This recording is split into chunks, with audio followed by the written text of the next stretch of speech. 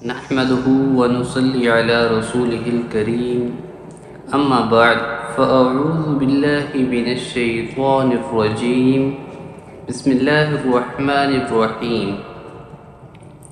آج 15 شعبان ہے، انتہائی نیک رات ہے، اس کی فضیلت ہے۔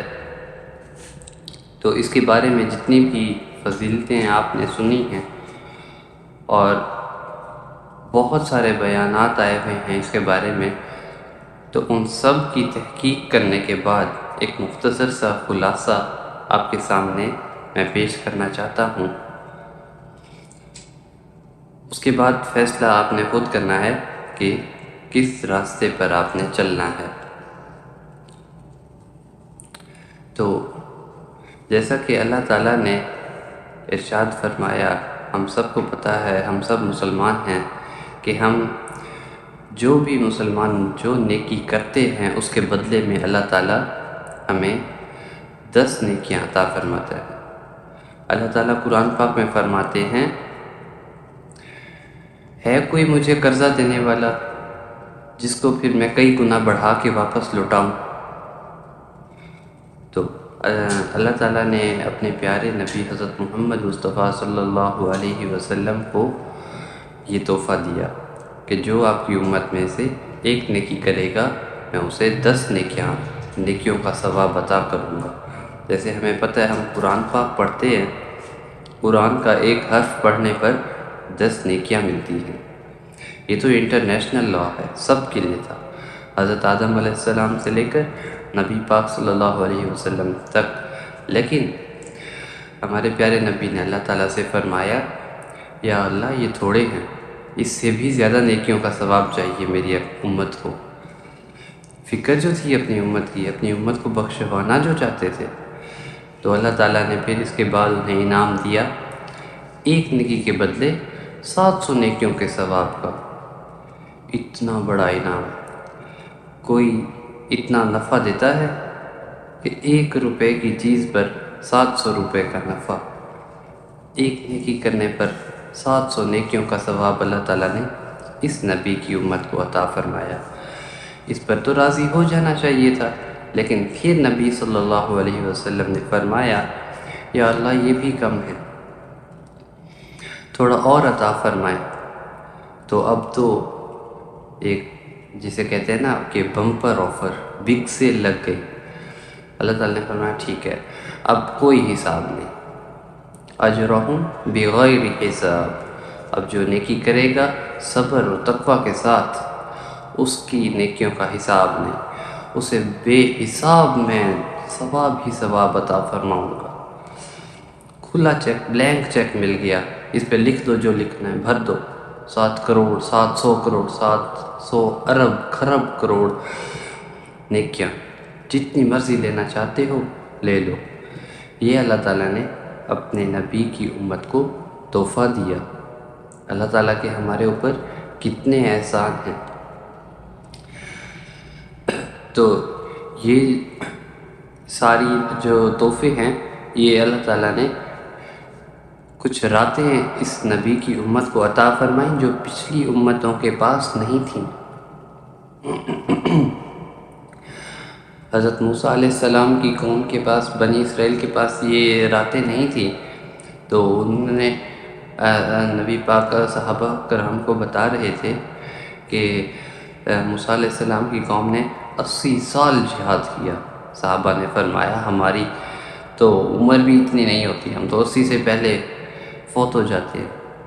تو آپ صلی اللہ علیہ وسلم نے فرمایا کہ جو راتیں اللہ نے ہمیں عطا کی ہیں، ان راتوں میں جو جاگ لے، صرف عبادت کر لے، اس کا ثواب کئی ہزار مہینوں کے برابر عبادت کا ثواب ملتا ہے۔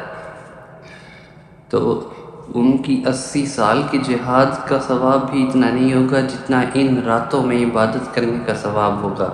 تو یہ نیک راتیں ہماری کون سی ہیں؟ یہ جو لیلۃ القدر ہیں، شب قدر ہیں، عید الفطر کی رات ہیں، رمضان الکریم کی راتیں ہیں، اور عید الاضحیٰ کی راتیں ہیں، محرم کی راتیں ہیں۔ یہ ساری بہت فضیلت والی راتیں ہیں۔ جن میں سے ایک یہ 15 شعبان کی رات ہے۔ 15 شعبان کی رات میں اللہ تعالیٰ نے فرمایا کہ جو بھی اس رات عبادت کر کے مجھ سے جو مانگے گا میں اسے عطا کروں گا۔ بخشش مانگو، اپنے لیے رزق مانگو، خوشحالی مانگو، پریشانیاں دور ہو جائیں گی، ساری ٹینشنیں پریشانیوں کا حل اس رات کی عبادت میں رکھا ہے۔ بہت سی روایتیں ملتی ہیں لیکن جو ہمارے ہاں ایک رواج بنتا آ رہا ہے، من گھڑت دیکھا دیکھی میں ہر کوئی اپنے نئے رواج نکالتا آ رہا ہے، اس سے گریز کریں اور جو ہمارے نبی صلی اللہ علیہ وسلم نے ہمیں کر کے دکھایا وہ ٹھیک ہے طریقہ، اس کے مطابق عمل کریں۔ اس رات کا نام جو شب برات رکھا ہوا ہے یہ کسی بھی حدیث میں نہیں ہے کہ اس رات کو شب برات کہتے ہیں۔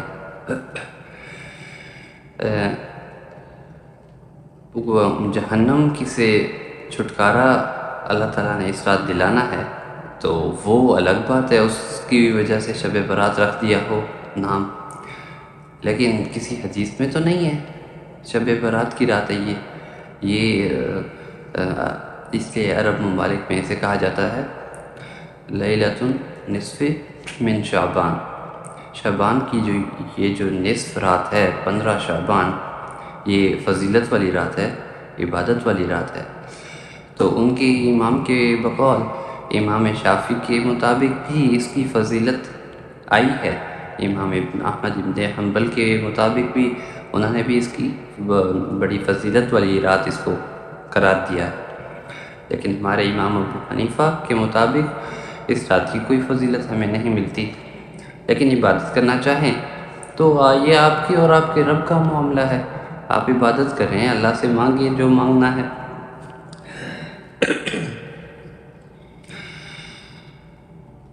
لیکن عبادت کریں، یہ اجتماعی طور پہ ان راتوں میں عبادت نہیں ہے، انفرادی طور پر ہے، ایک فرد مخصوص اکیلے جتھوں کی شکل میں نہیں، گروپس نہیں بنانے اور اس کے لیے تیاریاں نہیں کرنی، عید نہیں منانی۔ دیکھیں پہلے تو یہ بات سمجھ لیں کہ مسلمان کی جتنی بھی عیدیں ہیں وہ رات میں نہیں ہوتی، اللہ تعالیٰ نے مسلمان کو جتنی بھی خوشیاں دی ہیں وہ دن کے موقع میں دی ہیں، رات کو صرف سکون کرنے کے لیے بنایا گیا ہے، رات کو صرف سوئیں، آرام کریں۔ یہ تو اب غیر مسلموں کے رواج دیکھ دیکھ کر ہم نے اپنے ساری خوشیوں کے فنکشنز راتوں کو کرنا شروع کر دیے ہیں، حالانکہ ہمارے ہاں مسلمانوں کا رواج جو ہونا چاہیے تھا وہ سارے کے سارے تہوار دن میں، خوشیاں دن میں منانی چاہیے۔ رات میں جو بھی تقریب کی جائے گی اس میں گناہ ہونے کے چانسز زیادہ ہیں۔ یہ سب غیر مسلموں کے رواج تھے، راتوں کو خوشیاں منانا، جیسے وہ کرسمس مناتے ہیں اس میں شرابیں پی جاتی ہیں اور بھی بہت ساری بے حیائی کے کام کیے جاتے ہیں۔ ہمارے جو مسلمانوں کے تہوار ہیں وہ صرف دو ہیں، عید الفطر اور عید الاضحیٰ، یہ دونوں رات کو ہیں نہیں، یہ دن میں ہیں، صبح تو ہماری خوشیوں کے تہوار دن میں منائے جاتے ہیں۔ تو یہ کون سی عید آ گئی جو رات کو منائی جاتی ہے شب برات کی؟ تو اس لیے اس کو ایک تو عید کہنا چھوڑ دیں، یہ عید نہیں ہے، یہ نیک عبادت کی رات ہے۔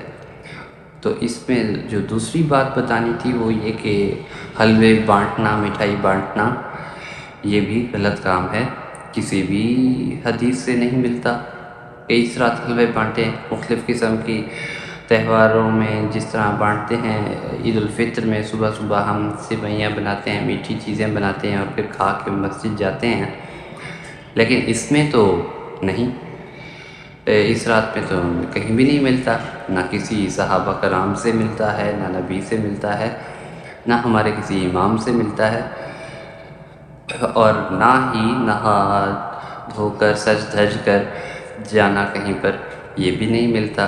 یہاں شلیاں، پٹاخے، یہ چیزیں بجا کے اور عیدیں منائی جا رہی ہیں۔ یہ چیزیں بھی نہیں ملتی کہیں پر ہمیں پہلے۔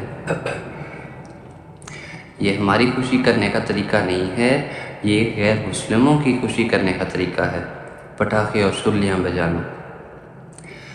یہ بھی نہ کریں، یہ غلط ہے، ہمارے اسلامی تہواروں کے خلاف ہے یہ بات۔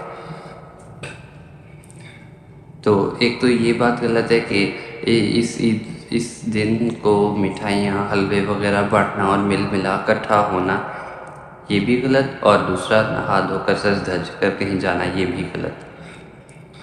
دوسری بات یہ کہ اس رات جو ہے ہر کوئی قبرستان جانا چاہتا ہے یا جاتے ہیں۔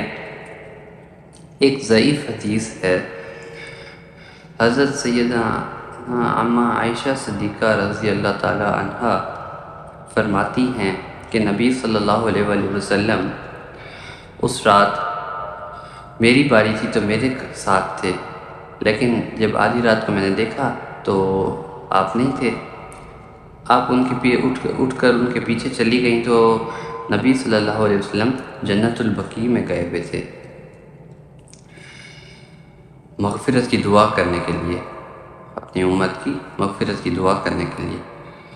تو جناب عائشہ کو جب دیکھا نبی پاک صلی اللہ علیہ وسلم نے تو انہوں نے فرمایا کہ کہیں آپ کو شک تو نہیں ہو گیا تھا میں کسی اور زوجہ کے پاس چلا گیا ہوں؟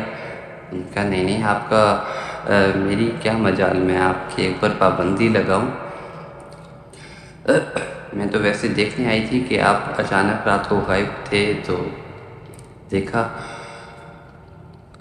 نبی صلی اللہ علیہ وسلم نے تب حضرت عائشہ کو فرمایا کہ بنو کلب ایک قبیلہ تھا، بنو کلب، جس کے جانور سب سے زیادہ تھے، بھیڑ بکریاں جانوروں کی تعداد سب سے زیادہ تھی۔ تو انہوں نے اماں عائشہ صدیقہ رضی اللہ تعالیٰ عنہ سے فرمایا، اللہ سے، کہ عائشہ جتنی بنو کلب کے جانوروں کی تعداد ہے اور ان کے جسم پر جتنے بال ہیں، آج کی رات اتنے بندوں کی بخشش ہوگی۔ اب کون گنے ان بھیڑ بکریوں کے بال، اتنی فضیلت اس رات کو دی گئی ہے۔ بنو کلب کے بھیڑیوں کے جسم پر جتنے بال ہیں ان بالوں کے برابر کی تعداد میں نبی کی امت کی بخشش کی جائے گی۔ اس قدر یہ بخشش کی رات ہے، اپنے گناہوں کی غلطیوں کی معافی مانگے اور ملے گی، انشاءاللہ ضرور ملے گی۔ سنا ہوگا کہ اللہ تعالیٰ روزانہ تہجد کے ٹائم پہلے آسمان پر آ جاتے ہیں اور دیکھتے ہیں کہ کون سا بندہ جاگ رہا ہے اور اللہ کی عبادت کر رہا ہے، اللہ سے مانگ رہا ہے۔ لیکن اس رات پوری رات اللہ تعالیٰ کہیں گے، فرمائیں گے کہ ہے کوئی معافی مانگنے والا، معافی دینے والا آیا ہوا ہے، بخشش کرنے والا آیا ہوا ہے، کہنے کہ کوئی ہے بخشش مانگنے والا، میں بخشنے آیا ہوں، معاف کرنے آیا ہوں۔ معافی دینے والا خود کہہ رہا ہے، کوئی ہے معافی مانگنے والا، میں معاف کر دوں اسے، میرے سے معافی مانگو۔ توبہ کے دروازے تو ہر وقت کھلے ہوئے ہیں، کوئی گناہ ایسا نہیں، اللہ کے نزدیک کسی گناہ کی کوئی حیثیت نہیں۔ اللہ تعالیٰ تو فرماتے ہیں کہ آؤ مجھ سے مانگو جو مانگنا ہے، دینے کو تو میرے خزانے بہت وسیع ہیں، ہم اندازہ بھی نہیں کر سکتے، ہماری سوچ بھی نہیں ہے جتنی اللہ تعالیٰ کے خزانے رحمتوں اور نعمتوں سے بھرے ہوئے ہیں۔ ایک بار مانگ کر تو دیکھیں اللہ تعالیٰ سے۔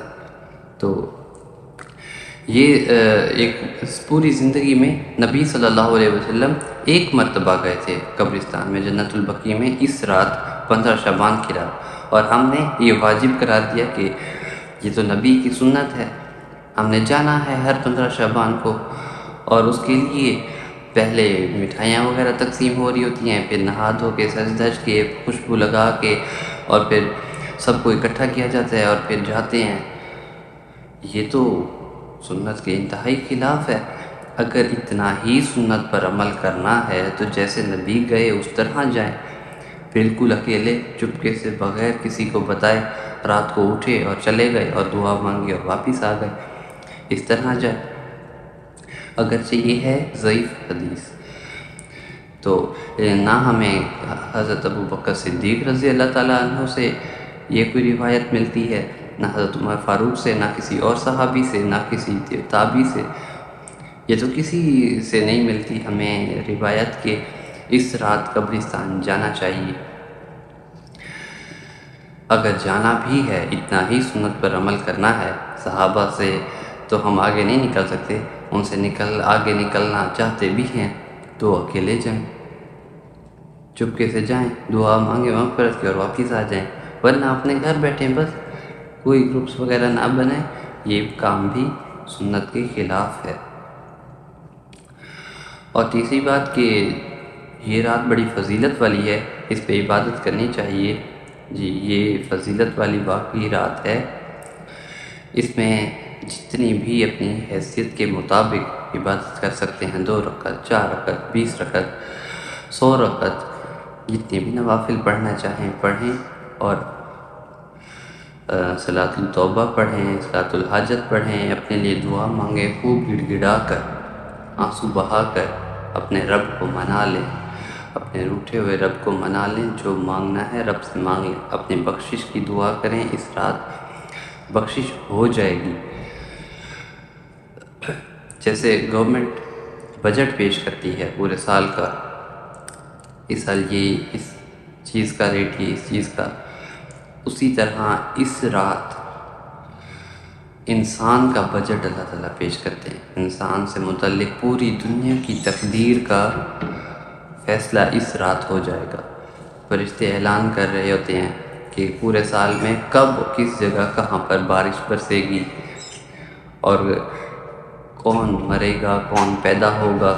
اوپر پتہ گر گیا ہوتا ہے کہ فلاں بندے نے فلاں دن مر جانا ہے، اس کی روح قبض ہو جائے گی، اور نیچے وہ ہیرا پھیریاں کر رہا ہے، پتہ بھی نہیں، دھوکے ہو رہے ہیں، فریب ہو رہے ہیں، جھوٹ بول رہا ہے، اللہ کے نزدیک جا ہی نہیں رہا، اپنے مذہب کے قریب آ بھی نہیں رہا، اور فرشتے اوپر مسکرا رہے ہوتے ہیں کتنا بے وقوف ہے، اس کی موت کا پتہ گر چکا ہے، اس کی زندگی کا، اس کی موت قریب ہے، یہ مرنے والا ہے، اور نیچے یہ کتنا بے فکری سے لمبی لمبی ڈیلنگز کر رہا ہے، سالوں کے ادھار پہ سودے کر رہا ہے، اور مختلف کام کا ایسے کر رہا ہے جو اللہ معاف کریں بس۔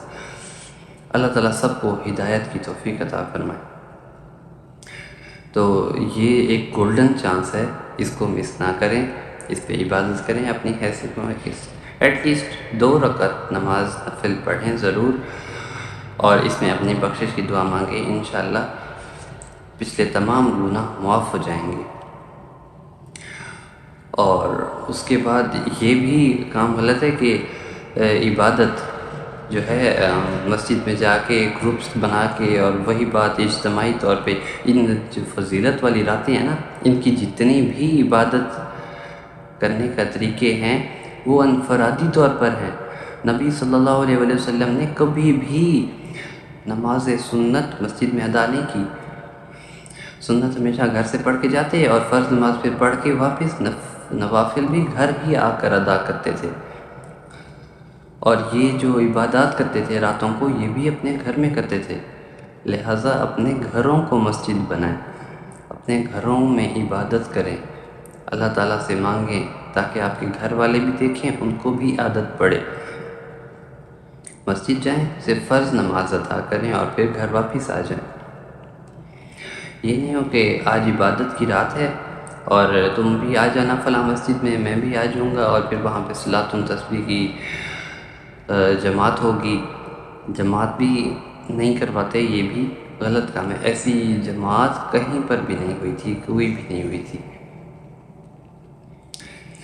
پچھلی کسی روایت میں ہمیں کسی صحابی سے، کسی نبی سے نہیں ملتا کہ عبادات کی جو نمازیں ہیں ان کی جماعت کروائی جائے۔ جماعت صرف فرض نماز کی پڑھی اور پھر گھر آ کے اپنی یہ عبادت کرتے تھے نبی صلی اللہ علیہ وسلم۔ تو اپنے گھروں کو مسجد بنائیں، اپنے گھروں کو آباد کریں۔ اب اس رات کو عبادت کریں، قرآن پاک پڑھیں، ذکر اذکار کریں، تسبیحات پڑھیں، اور پھر صبح اٹھ کر روزہ رکھیں۔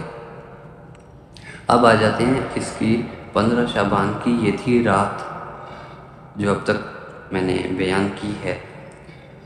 اب اس کے دن کی فضیلت، اس دن میں نبی صلی اللہ علیہ وسلم نے روزہ رکھا، کیونکہ فیصلے ہونے ہیں نا پورے سال کے، موت کے، پیدائش کے، زندگی کے، پوری یعنی دنیا کی تقدیر کے فیصلے اس دن ہونے ہیں۔ تو نبی صلی اللہ علیہ وسلم نے فرمایا کہ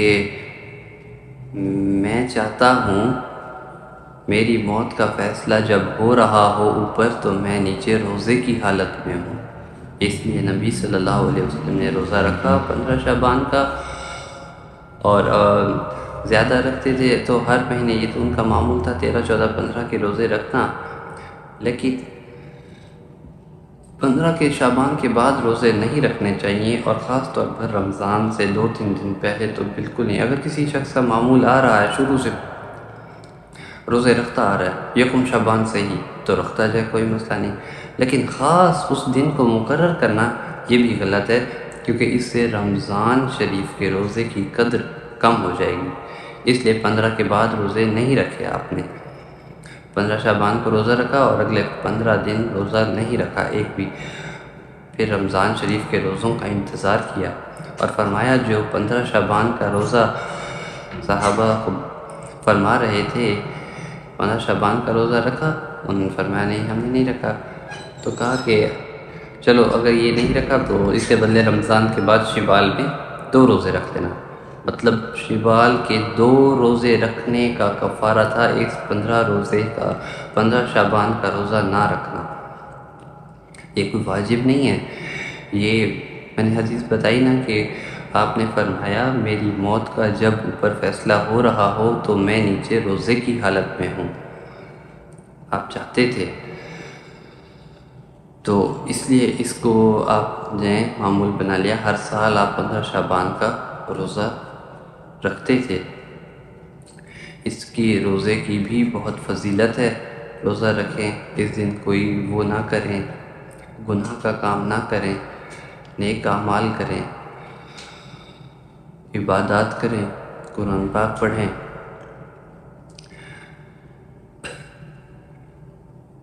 تو یہ تھی 15 شعبان کی رات کی فضیلت اور دن کی فضیلت۔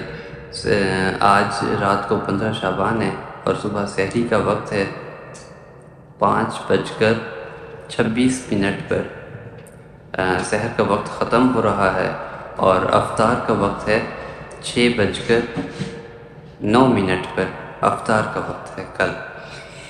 تو یہ سحر و افطار کے وقت بھی بتا دیے ہیں، جو شخص روزہ رکھنا چاہے تو اپنے لیے اہتمام کر کے رکھے، رات کو عبادت کرے اور صبح روزہ رکھے۔